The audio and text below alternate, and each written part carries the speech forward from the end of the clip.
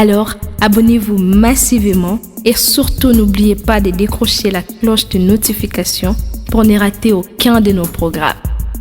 RK Pro TV.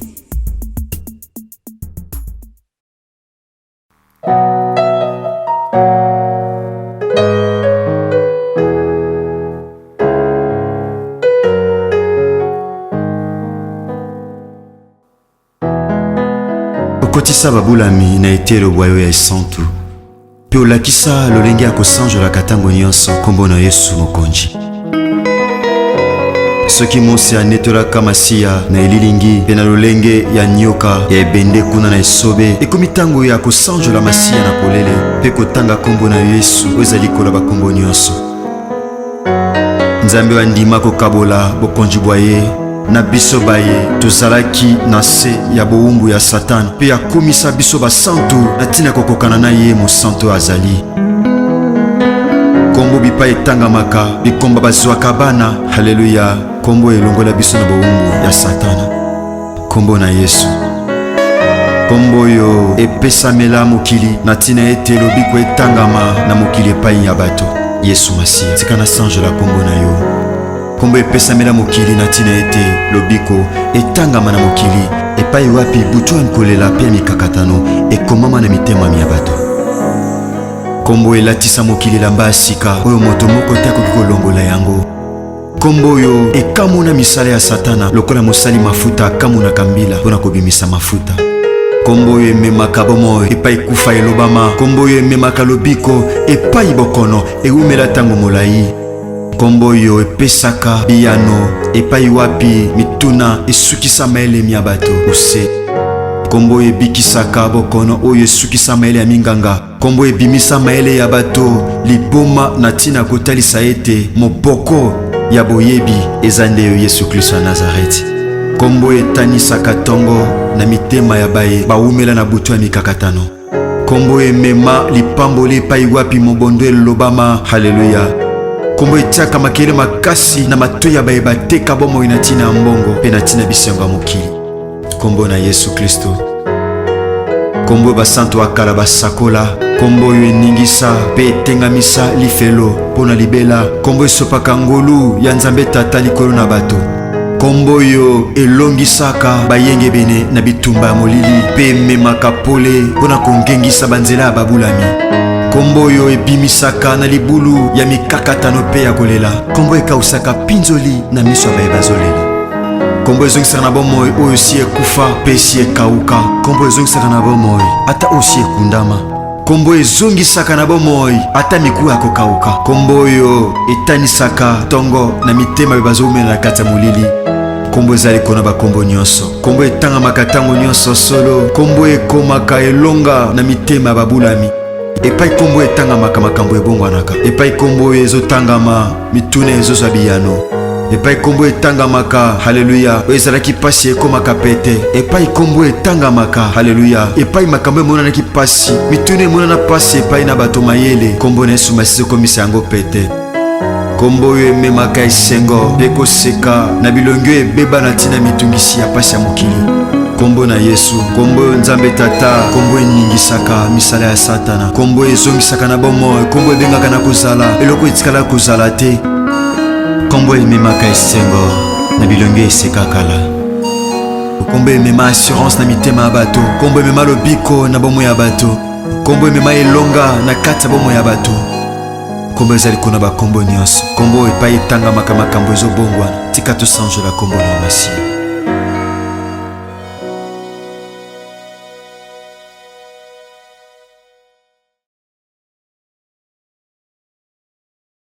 Voilà, merci na bana Nzambe nyonso. Na sengi bino pour s'abonner na RK Pro TV pa ya moi na nga Rais Kangi. Donc vous s'abonner pa ina ye RK Pro TV. Vous s'abonner ebele massivement de tolobaka et pour na plus ba émission chrétienne mingi o Nzamba sala makasi apesa makoki ya kochaka kati na bino bana Nzambe batant oyo bokoki ko se retrouver na makambo Nzambe. Donc na pesi bino directive bande konanga vous s'abonner na RK Pro TV et pas web bola na makambo Nzambe nde bola.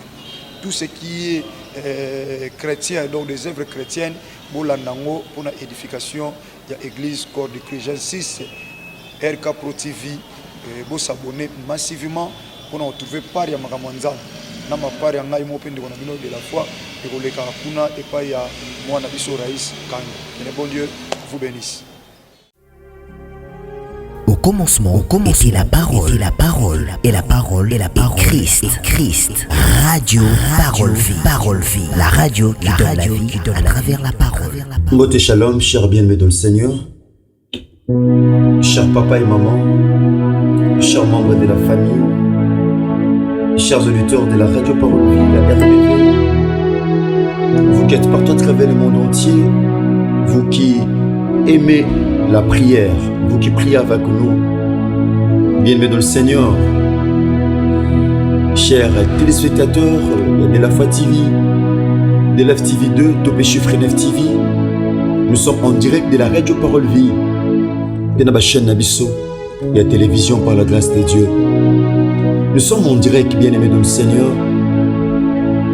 La bonne début, bien-aimés, ce qu'on peut dire comme sous, vous partagez le lien, que ce soit na WhatsApp, topé na ba chaîne Nabiso YouTube. Partagez le lien, bien-aimés dans le Seigneur. La chose dite et la chose faite. Comme nous vous avions promis que les lots par la grâce de Dieu, toujours banda retraite Nabiso internationale des familles. Bien-aimés dans le Seigneur, jeudi à le 30 mars, aux mois de la femme, aux mois de prière, bien-aimés dans le Seigneur des familles. Voilà pourquoi, bien-aimés, tout ça, la ouverture, il y a retraite Nabiso par la grâce de Dieu. Il avait dit, quoi que vous fassiez en parole et en prière, faites-le au nom de Jésus. Bien-aimés, la bonne de le soko garda, tu as le sambo autozanango pour que tout ça, la ouverture, il y a retraite Nabiso à 3 jours de prière. Où ils allaient dénommer les 3 dimensions de bataille que le diable livre à la famille. La bonne de le bien-aimé, aux autres doit déjà tuer le sambo pas aux amis. En même temps, aux autres, pour partager le lien, il y a RK Pro TV, il y a Chiffre 9 TV, il y a DLF TV 2. Tu peux pas chaîne, mon sous bien-aimé dans le Seigneur, pas aux amis. La bonne de papa, maman, mon frère, ma soeur, c'est lui qui est capable de prier, capable de tout. C'est un événement sacré, dédié à l'honneur de Dieu. Et ça, événement au bien-aimé dans le Seigneur, connaissance de l'Obananzambe et paix délivrance. Car la Bible dit, vous connaîtrez la vérité vous affranchira. Merci. Nenga qui bien-aimé dans le Seigneur, tout banana n'a pas élevé Christ. Dans la cantique Oyo. Moi, je crois que l'Esprit de Dieu est là au milieu de nous. Je crois que la présence de Dieu est là, bien-aimés, au milieu de nous. La présence de Dieu concentrée est là, au milieu de nous, bien-aimés dans le Seigneur. Gardez cette attitude de prière que vous avez. Il y a un peu de mabisson dans le sambo et père tous amis. Merci de héritier vous. Alléluia.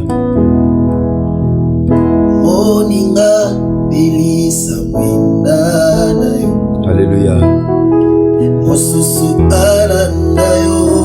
Éternel Dieu Tout-Puissant, nous te disons merci. Nous saluons ainsi ta sainte présence au milieu de nous, Jésus. Pour ta lumière répandue, Seigneur, au milieu de nous. Sois béni, sois loué.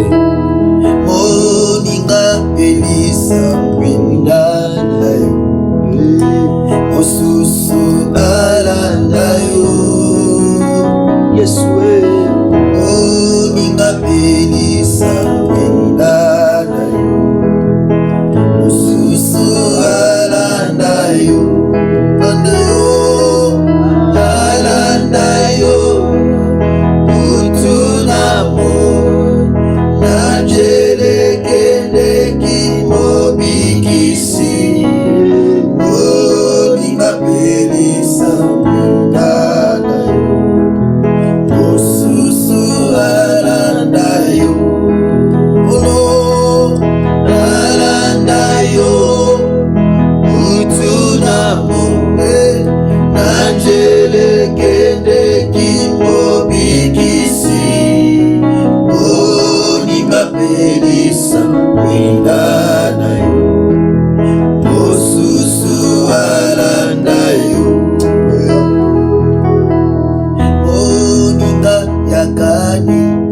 Alléluia.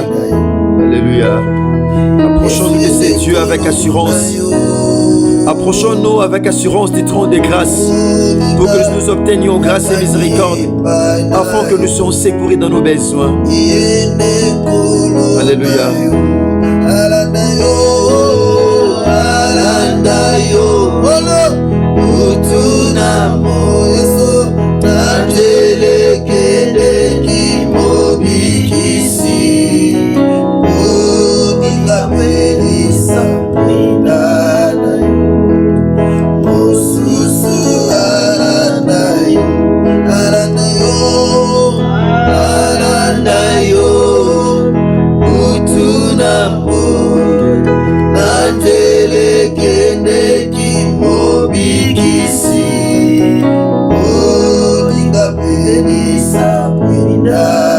Merci.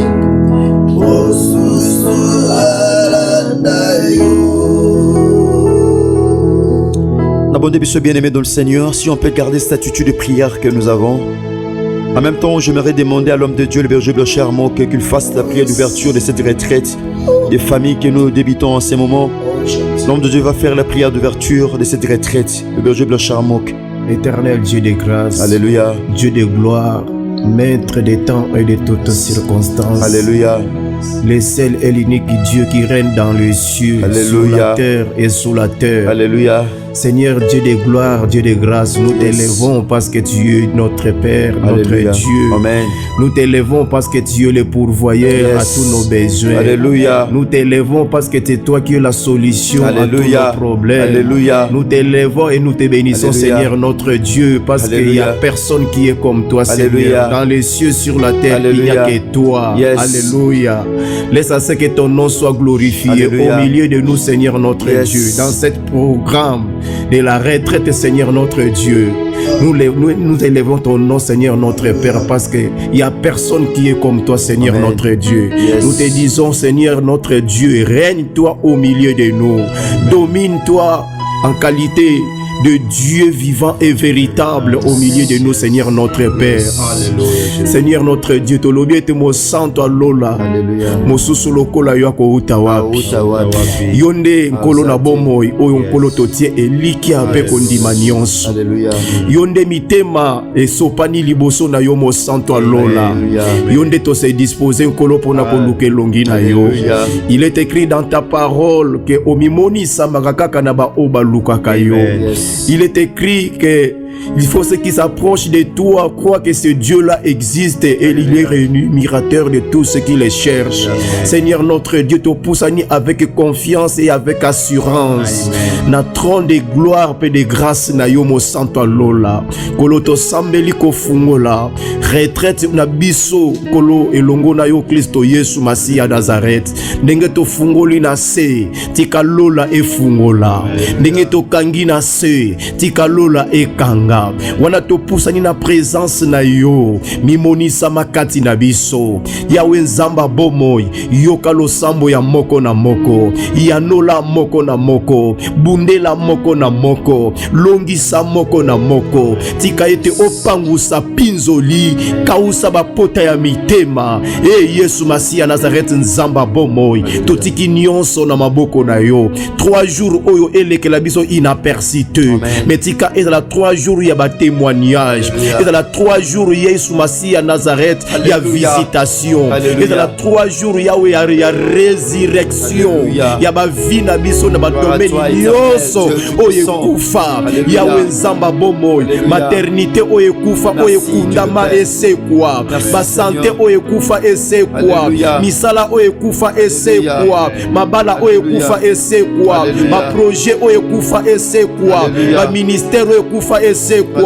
vie chrétienne ya moko na moko ekufa ki esekwa nyonso ya biso to déclarer tout au long ya 3 jours oyo résurrection na yango et ça pour la gloire de ton nom notre Seigneur et Sauveur Jésus-Christ de Nazareth que nous avons ainsi prié.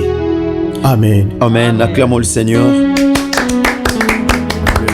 Acclamons le Dieu vivant véritable. Alléluia. Merci, cher homme de Dieu. Cher papa et maman, chers membres de la famille, vous qui priez avec nous partout à travers le monde entier, j'aimerais que nous puissions lire en même temps cette portion de l'Écriture. Nous sommes dans 2 Chroniques chapitre 20.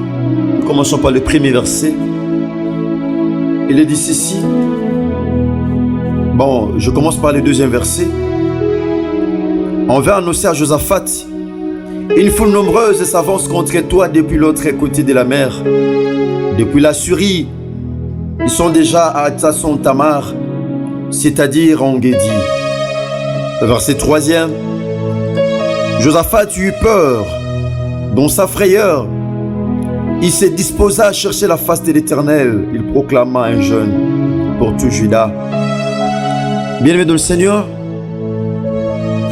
dans ces passages, dans cette portion de l'Écriture que nous venons de lire, nous montrons comment ba Moabite, na ba Ammonite, na ba Maonite, ba sanga na ipona kusala la guerre. Et pas na Josaphat, Azaki roi à Juda. Josaphat avait eu peur. Pourquoi? Parce que le grand des nations bah qui quoi attaqué. Mais la Bible dit Josaphat avait eu peur, mais dans sa frayeur, il s'était disposé à chercher la face de Dieu. Bien-aimés, il est temps pour nous de nous disposer à chercher la face de Dieu. Disposons-nous, chers bien-aimés dans le Seigneur, chers membres de la famille, il est temps de nous disposer. Disposons nos temps. Disposons-nous, bien-aimés, car les combats spirituels est réel, chers hommes de Dieu. Les combats spirituels est réel. Bitumba Molimo, Ezarel, bien-aimé, nous allons le lire tout à l'heure là. Bien-aimé, Josaphat a se disposé à qui? Bien-aimé, mais dispose-toi. Approchons-nous du trône de grâce avec assurance pour que nous obtenions grâce et miséricorde. Bien-aimé, bien-aimé, nous sommes en direct de la radio Parole Vie. Dans le premier jour, il y a retraite internationale de famille. Vous allez dénommer les 3 dimensions de bataille que le diable livre à la famille. Bien-aimée, lorsqu'on parle de la dimension, lorsqu'on parle des 3 dimensions, d'ailleurs 3, l'homme est tripartite, bien-aimé. L'homme a 3 parties. Nakati ya anthropologie biblique. Nzamba salamutu na 3 parties. À salamutu na corps, on voit le physique. Nzamba salamutu na âme, on voit la psychologie. Nzamba salamutu na partie spirituelle. Esprit top et spirituel. Alors Job dit, bien-aimé dans le Seigneur, dans le chapitre 30, verset 8, en réalité de l'homme, ce n'est pas ce que nous voyons. En réalité de l'homme, ce n'est pas non plus ce que nous pouvons toucher. Mais en réalité de l'homme, cher homme de Dieu, c'est l'esprit. En réalité de l'homme, c'est l'esprit. C'est le souffle du Tout-Puissant qui lui donne l'intelligence. En réalité, Katamutu, c'est l'esprit. En réalité, Katamutu, c'est l'esprit. Le diable, sachant que l'homme a 3 parties, voilà pourquoi, bien-aimé, il nous amène à ces 3 dimensions de bataille. Lorsqu'on parle de bataille, bien-aimé, c'est une guerre. Les hommes de Dieu, nous sommes en guerre. Nous sommes en guerre, bien-aimé. Chers hommes de Dieu, chrétiens que nous sommes, bien-aimé, nous sommes en guerre. Pourquoi? Parce que nous avons 2 camps. Nous avons le camp de Dieu, là où règne la lumière. Nous avons aussi le camp du diable, là où règnent les ténèbres. Toi, na ba camp mibale. Nous avons, toi, na camp Yamalam, na camp Mabé. Nous avons un camp de Dieu et camp du diable. Mais quand il y a Satan et il se mobilise à chaque fois, bien aimé, pour faire la guerre, nous sommes de Dieu. Nous sommes de Dieu. Et ce monde est sous l'emprise du diable. Bien aimé, saisissez-moi très bien. Retenez ceci. Ce monde que nous voyons est sous la domination de Satan. Cher homme de Dieu, le diable amène le combat à ces 3 dimensions. La dimension Misato. Tobi, nous sommes en guerre. Les hommes de Dieu, il y a même des zones dans notre pays. Il y a une zone qui est déclarée zone rouge. Pourquoi? Parce que c'est une zone de guerre. Chrétiens, nous sommes dans un monde. Ce monde eza mboka na biso te. Biso tozela alola. De toi na mokili boye toi na zone rouge. Comment? Sotoke na partie est ya RDC. Ya mboka na biso. C'est une partie, c'est une zone qui est en guerre, les hommes de Dieu. Soda fata mwana munduki. Soda fala na munduki. Biso pe ba Kristo et segeli to tambola na munduki. Munduki c'est la parole de Dieu. Amen. Munduki c'est la prière. Amen. Munduki c'est la connaissance de la parole. Toko tika munduki te na est sono solala na munduki. Habite ennemi ko ya tonine. Habite monguna ko ya tonine. Pourquoi? Parce que c'est une zone rouge. Il y a la guerre. Biso pe na mukilo to sa ba Kristo. Bien aimé, faut te comprendre que le diable est là. L'ennemi est là.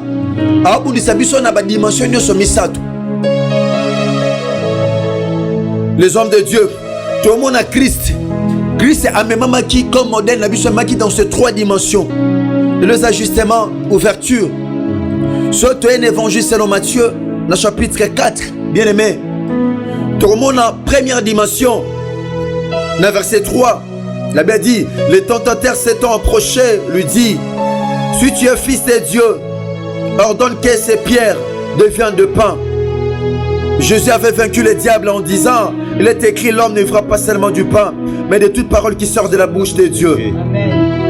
Dans la deuxième dimension, le diable le transportant dans la ville sainte, le plaça sur le haut temple et lui dit, si tu es le fils de Dieu, jette-toi en bas, car il est écrit, il donnera des ordres à ses anges à ton sujet. C'était la deuxième dimension. La troisième dimension, le diable le transportant encore sur une montagne très élevée. Bien-aimé, soy Satan a bondi son domaine oyo alongi ote aotika ote. Bien-aimé tokeya. Tobinin. Tolobi. Le diable commence d'abord par la bataille au niveau ou à la dimension spirituelle. Dimension liboso o diaba banda bitumba. C'est la dimension spirituelle. Parce qu'en réalité, dans l'homme, c'est l'esprit. C'est le souffle du Tout-Puissant qui lui donne l'intelligence. Bitumba bandaka d'une manière spirituelle, bien aimé. Voilà pourquoi la Bible nous dit Tozwa ba arme nyonso spirituelle to latango. To lata bibundeli na Hébreu, na Éphésiens plutôt, chapitre 6. To tangango. Le to sangsama loba makamwa mingi. Bongo lobi na deuxième jour par la grâce de Dieu to fongola moko par la grâce de Dieu. Il commence d'abord par la bataille au niveau ou à la dimension spirituelle. Parce que l'homme c'est l'esprit. L'homme ce n'est pas d'abord ce que nous voyons, ce n'est pas non plus ce que nous touchons. La deuxième dimension, il vient au niveau psychologique. Les hommes de Dieu, le pensée d'un homme sont un champ de bataille. Et ça va te mousser Satan a longa bango na makanisi. Soit te revenir, tu même dans le livre 1 Samuel chapitre 17. Tout le monde a comment Saoul, na mental na ye, na mutu na ye, na psychologie na ye, il ne pensait pas qu'il pouvait vaincre Goliath. Il voyait plus la taille de Goliath. Mais tout ça qu'il y a une psychologie. Sa psychologie n'était pas bien préparée. Tant qu'on a Goliath, on a maman victoire na ngamba Goliath. On a maman défaite na ngamba. Bien aimé, ne vois pas la défaite avant le combat. Ne vois pas la défaite avant le combat. Un enfant de Dieu doit avoir la foi. David, David avait une psychologie bien préparée, avait une morale bien préparée. David avait la foi. Tant que David a dit, moi j'irai me battre avec cet homme. Donc David est sur un niveau psychologie.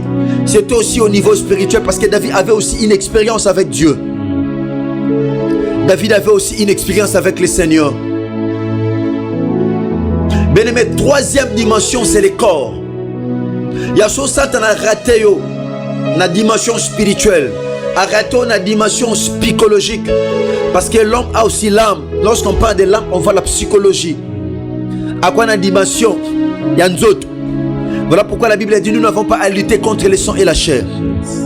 Il y a bitumba fino so mais on a dimension en zoto. Il y a ezapas. mais Satan azolinga bundiso na nzoto aotali soki bien aimé so bundiso na nzoto yo mtoko échouer ya o gagner ya aolonga bien aimé le zaki tu justement introduction le par la grâce de Dieu to fongola chacune des dimensions tu ba comment diable aka ko bundisa biso pour que bien aimé Seigneur aluka ko fragiliser certaines dimensions dans nos vies pour que y azwa likolo pour que y aza likolo pour que y abima entre guillemets le kola mutu azan d'avance ton avantage pour azala na préséance abima ndeti yenda aza likolo aza liboso. Bien-aimé dans le Seigneur, nous sommes en prière. Japhat a se disposé pour chercher la face de Dieu. Est-ce qu'on s'est disposé, bien-aimé? Bien-aimé, la famille c'est quoi? La famille c'est le noyau de la société. Lorsqu'on parle, bien-aimé, dimension au Satan azobundi sa famille. Famille est à quitter, zanda goûter. Famille est à battre les hommes de Dieu. Parce que famille est à composer na batu. Est à composer na batu, na batata, na maman, na bana. Sope famille élargie, est à composer na banoko, na batanti et tout consort. Bien-aimé, c'est ça la famille. Famille est à goûter. Famille est à goûter. Famille est à battu. Est à battu, nde bazako constituer libota. Lorsqu'on parle de trois dimensions que le diable livre à la famille, donc bien aimé dans le Seigneur, la famille est la cellule de base. La famille est tellement sacrée. Famille est yo papa, famille est yo maman. Donc tout le monde Satan a livré la famille, c'est qu'il y a livré na yo. Dans les trois dimensions de combat que le diable a livré que pas na yo. Azo bundisa yo. Bien aimé, il y a un combat devant toi. Bitumbe aussi là qu'à jamais. Comme ce que banga babundisa nga kaka bien aimé bitumbe aussi là jamais. N'habite jusque là. Bitumbano ezana na dimension nini. Bitumbano mon frère, bitumbano ma soeur. Ezana dans quelle dimension? Naga qui bien aimé to passer maintenant dans le sambo. Alléluia. To passer directement dans la prière. Aux membres de la famille moko songolo. N'habite mon frère ma soeur. Bitumbana domo enayo ezana dimension nini. Donc il y a besoin de partir le monde à Moussa Nzambe le berger blanchard moque char de feu. Berger blanchard char de feu moque. Azo mabiso na le sambo. Mais nous sommes en retraite. 2 ans à 4 nous sommes de la présence concentrée de Dieu. Garda tu tiens le sambo zanango. Tobon de la Moussa Nzambe le berger blanchard moque char de feu. Merci beaucoup l'homme de Dieu pour l'exhortation. Je vous en prie l'homme de Dieu. Pour l'introduction et enseignement oyo. Nayebi ke kopambola mabota. Amen. Et ko édifier. Tika Yesu Masia Nazareth azwa lokumu. Alléluia. Nayebi ke peuple bako se retrouver bisika nyonso bazali bakozwa connaissance pe ko sunga to bondela malamu pona koyeba kolonga diable oyo azotele matango nyonso kobundisa bomoi na biso pe mabota na biso. Merci beaucoup bien-aimé. Gardez altitude dans l'osambo. Alléluia. Ozo sambela na biso elongo bipai nyonso ozwami. Alingi na tongo ya lelo, tope na butu ya lelo. Okende komikaba na maboko na Yesu Kristo Masia Nazareth. Eza début ouverture ya retraite na biso. Kende komitika na maboko na Yesu Masia Nazareth. Lobankolo na ye komitika na maboko na yo. Tata na ye komikaba na maboko na yo. Yesu Kristo Masia Nazareth yonde nkolo, yonde mokonzi, yonde mobateli, yonde mosungi. Yonde oza maître ya esprit nyonso. Zwa contrôle, pe possession ya corps, âme, esprit nanga. Régner pe dominer en maître et en roi. Katikati na bomo inanga, tozo sambela bisika tozwami na kombo na Yesu Masia Nazareth. Éternel Dieu des grâces, éternel Dieu de gloire, éternel Dieu des armées, éternel notre Père, tout poussani liboso na yo au sang. Chacune des familles qui prie à la Bible,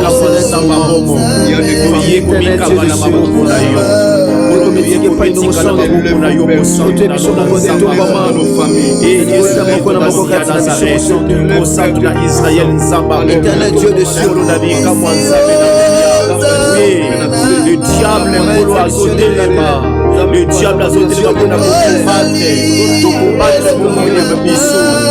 combattre ma famille na biso, azo combattre biso physiquement, azo combattre biso moralement, azo combattre biso spirituellement. Yesu Masi azo livrer ba bitumba na ye, même ba flèche na ye, même ba attaque na ye,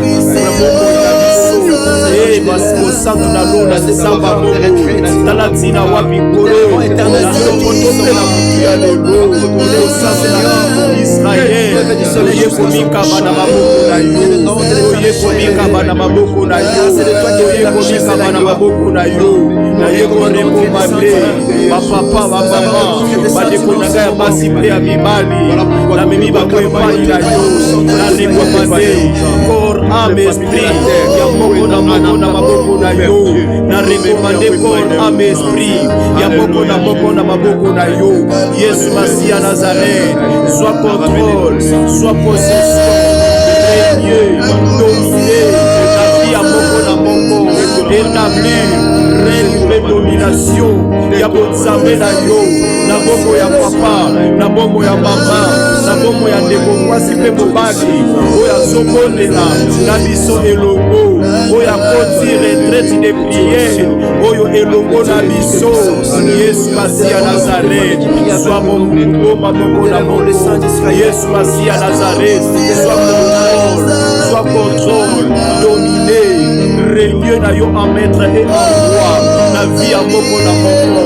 Yesu Masi ya Nazareth nzamba likamwa, Yesu Masi ya Nazareth nzamba moko imonisa na yo kolo na mabota nyonso na bongo ya moko na moko na kombo na kuya ya mokozi na biso Yesu Kristo Masi ya Nazareth oyo azali elobe mobali mobateli malamu mobateli ya solo etosambelaki boye kuno na bikamwa nzamba bomoi oyo oza kokonza biloko nyonso papa malamu elobe mobali eliki ape makasi na biso na kombo na yo Yesu Masi ya Nazareth nzamba likamwa.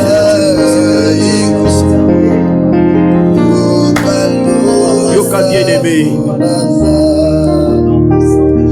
na mama ya likambo tozana yango les trois dimensions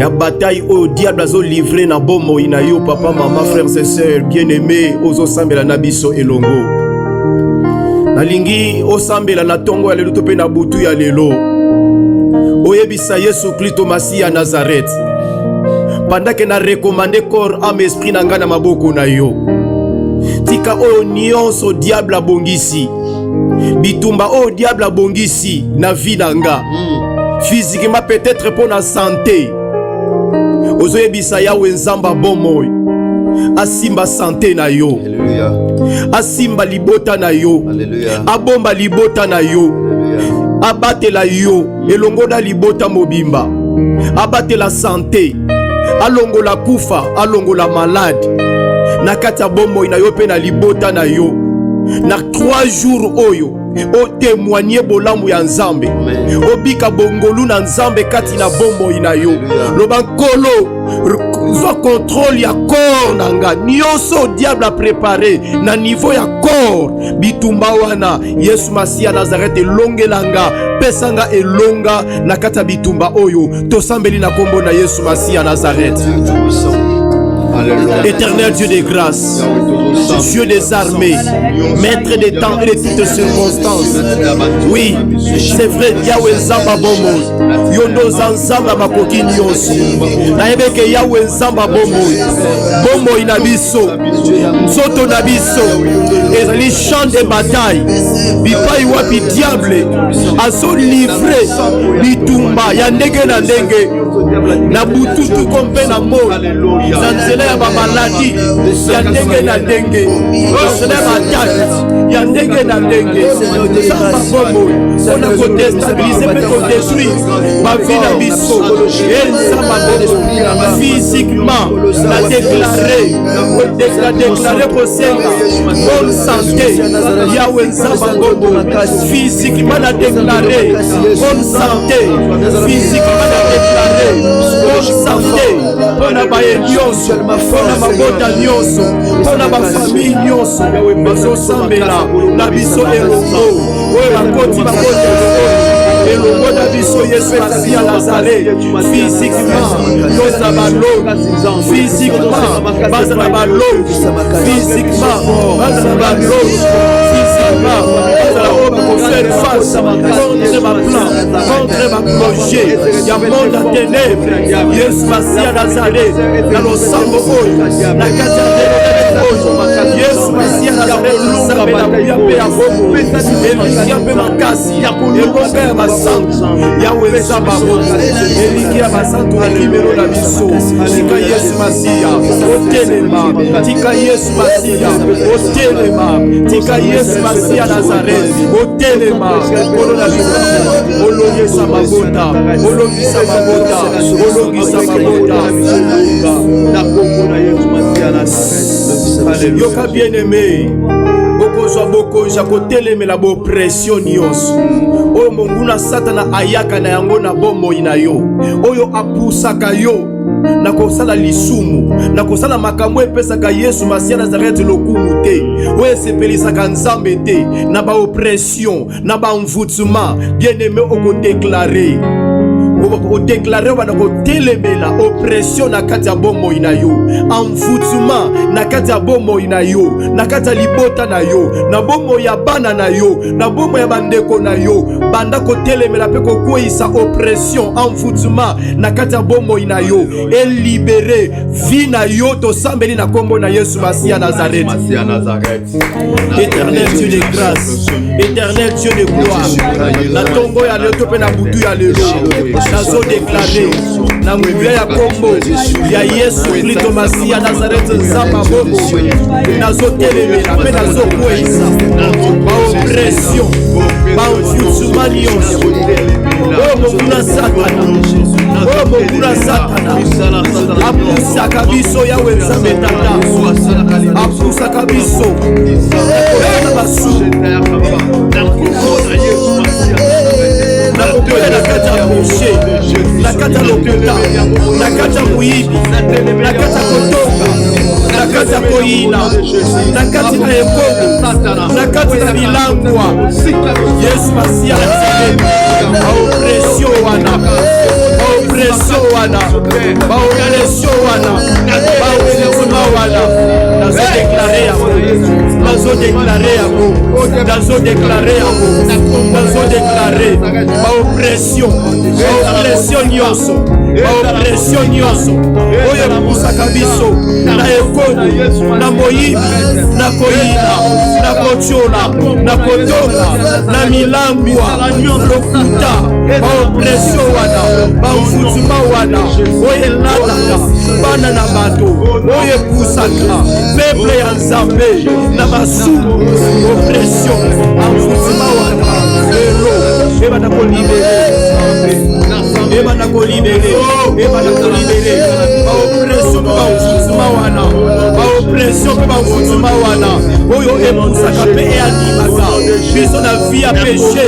Lelo ebana kolibere, lelo ebana kokweya pla wana, oppression wana, baenvoûtement wana nazo telemela yango, nazo chasser yango na kombo na nguya ya Nzambe bongo Yesu Kristo Masiya Nazareth.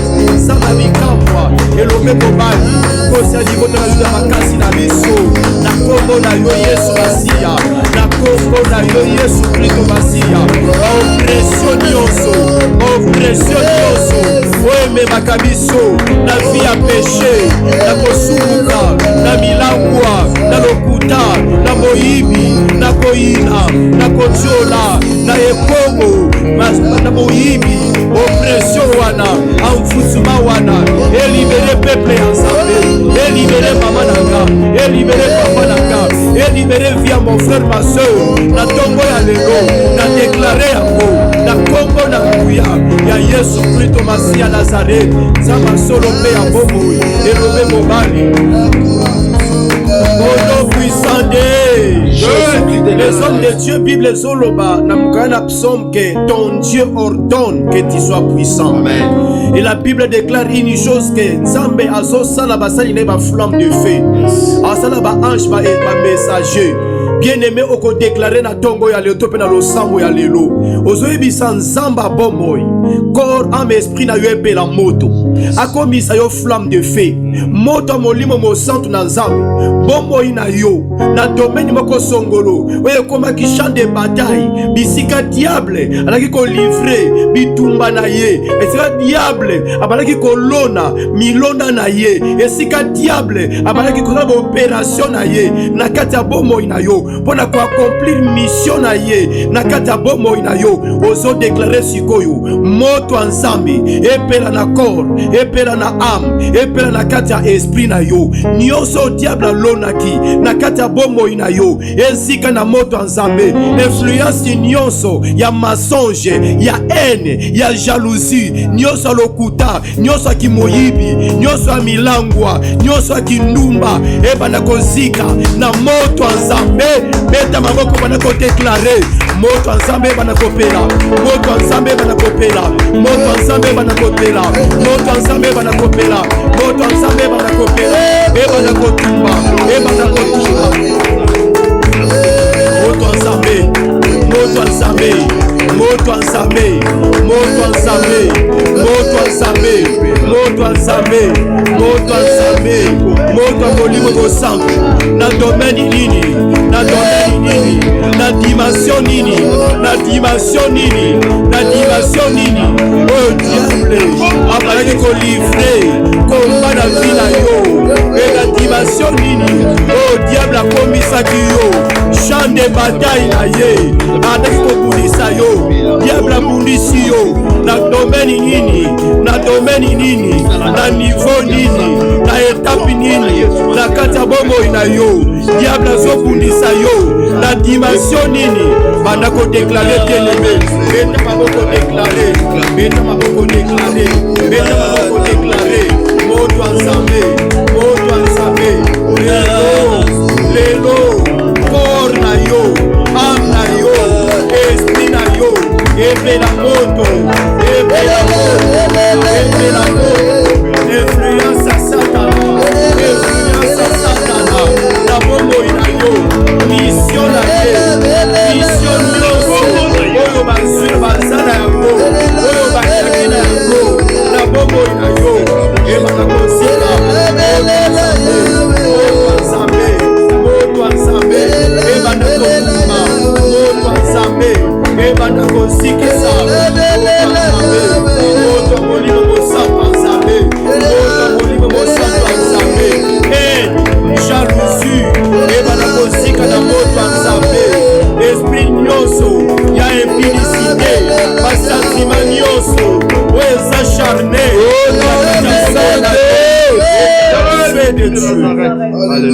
les hommes de Dieu, la Bible dit on te fera la guerre mais ils ne te vaincront jamais. Pourquoi? Parce que nous sommes des invincibles. Amen. Bien-aimé, na bonde le pose je me soko tomba le boga mobile bitumba nous na niveau ni to na dimension ni na aspect ni le premier jour bien-aimé dans le Seigneur le a tout simplement ouverture tous a tombinga ressemble la lobby bien-aimé dans le Seigneur peut samedi la bonne de le bien-aimé dans le Seigneur pas aux amis soko tomba le boga gardez qu'à tu tiens le sambo. Alléluia. Éternel Dieu tout-puissant. Alléluia. Le Dieu suprême Adonai. Otelebisaki biso na radio parole vie Seigneur. Obisangisa peuple nanga. Sangisa libota nanga. Sangisa mabota pour ete bobondela. Pourquoi? Parce que diable azomema. Bitumba na ba dimension ebele. Seigneur, merci parce que tu as dévoilé ce soir, cette nuit, Seigneur. Au dévoilé, Seigneur, bah séquelé à Satan. Que le merci. Merci, Seigneur, pour le samba, le tozo di matata. De quoi jouer longa. Le vito kolo tozo bundate pour tozo longa, mais nous combattons dans la victoire. Merci pour la victoire que tu nous as accordée ce soir, mon Dieu. Nabutu tope na tongo le lomo santo à Israël. Que le merci pour notre premier jour et retraite à l'élo. Merci parce que fongo lilo là. Merci pour la délivrance et continue à foyer oyo, na famille oyo, na couple oyo. Tata merci, nous allons te témoigner Seigneur. Peut-être la bolingo le pebolam na yo. Kolwana o samba na biso longo. Ozana biso longo tata na midi. ozana biso elongo na 15h, ozana biso elongo na 18h, ozana biso elongo na 23h. Kolo tozanga te komona solo boko no kati na biso na kombo no Yesu Masia Nazareth. Nzamba solo pe ya bomoi, nzamba bikamwa pe elonga de bonso na kondima lokola peuple moko tobondeli pe tolobi. Merci Seigneur Jésus-Christ de Nazareth. Amen. Acclamons le Seigneur, acclamons le Seigneur, acclamons le Seigneur. Merci papa, merci maman, merci bien-aimé de le Seigneur. Nous allons premier jour, on a vu sa retraite, nous sommes en jeûne. Bien-aimé de le Seigneur, nous sommes bébés tous à awa, na milieu le sambo, tu continues au sambela, tu es que oeza média. Bien-aimé de le Seigneur, tu as limité moi mukena ngonga. Bon biso tu continues le sambo longo na équipe na biso Radio Parole Vie parce que nous en retraite tu robima samedi na pourquoi. Donc aussi sa prière na biso samedi na pourquoi. Donc deux tu bon le sambo tu sambeli. Le kola émetteur peu fréquence ezate. Bien-aimé le sambo auto sali sikoyo. Bien-aimé, et en cas tu sala na ngonga il y a 12 heures. Tu peux na ngonga nyos ozo senti que vous êtes disponible pour na ko bondela. Tu bondela même temps na ngonga 15 heures. Tu bondela 18 heures peut tu semaine à 23 heures quand le sambo tu salio. Yango kal tu sala bien-aimé le samba rediffusé za kanangote. Quand tu sambeli bien-aimé, ma fouton ko la sopi. C'est la même onction que Dieu continuera toujours à déverser à chaque fois que tu sambela et l'ongona yango. Bien-aimé, numéro de contact est affiché on a assez écran. Soit beaucoup comme la biso na plus 43 99 91 45 930. Tu beaucoup comme la biso na plus 43 89 75 70 917. Tu ma numéro où est affiché wana. Bien-aimé, soit dans ma profil na biso ya WhatsApp. Ndenge tu check affiche na biso bien-aimé. Tu en retraite, tu en étudié à jeune. Jeune na bien retraite na biso za libre. Ozana musala mais tu sambela. Ozana volant, ozana mutuko, ozana taxi, ozana wenze, ozana musala, bien-aimé. Tu bon de là partout. Tu as retraite moko libre. Attends ainsi comme musala na bureau partout et pas aux amis. Au bon de la mission Radio Parole Vie na WhatsApp, tout na YouTube. Bien-aimé, soit lien au partager en na YouTube et na WhatsApp. Partagez en bien-aimé dans le Seigneur partout à travers le monde entier. Nous sommes arrivés pratiquement à la fin. Bien-aimé, ce Christ a mis en égalité.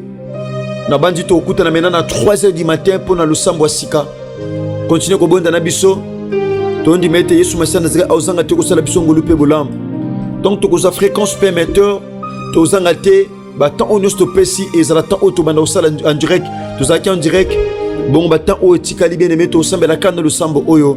Ozondi mete nkolo ko zanga te ko sopa mafuta. To za awa na nyele lusambo longo na basana nzambe nyos to za awa. Na équipe na biso nyos biso za awa na lusambo tondi mete kola kozanga te komi monisi zo bondele pa na nzambe mi monisi ma bien-aimé katina bino maboto bo sama na biso en direct tondi mete to témoigner bolingongolo pe bolamu ya Christ soki Christ a misongeli te na zondi mete to kutani na sima ya ngonga. Bon ceux qui a un petit souci vous pouvez nous écrire bon comme la biso si y a un souci soit ezane lokomo o nzamba matiso na mutema ezane lokomo o nzamba talisio comme vision to pendoto bien-aimé kozanga te ko komela biso par la grâce de Dieu. Ce qui Christ a maison égalité, tout le bongo, na prochain numéro. Sinon, que Dieu vous bénisse. Merci. Au commencement, était la parole, et la parole, et la parole, et la parole. Christ, Christ. Radio, Parole Vie, Parole Vie. La radio qui donne à travers la parole. Abonnez-vous sur RK Prod pour équilibrer votre vie. Un programme consistant pour votre vie chrétienne. Campagne évangélique. Prédication. Prière.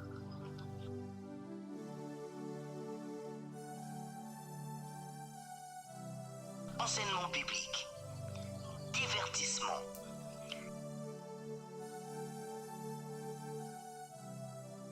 Cinéma.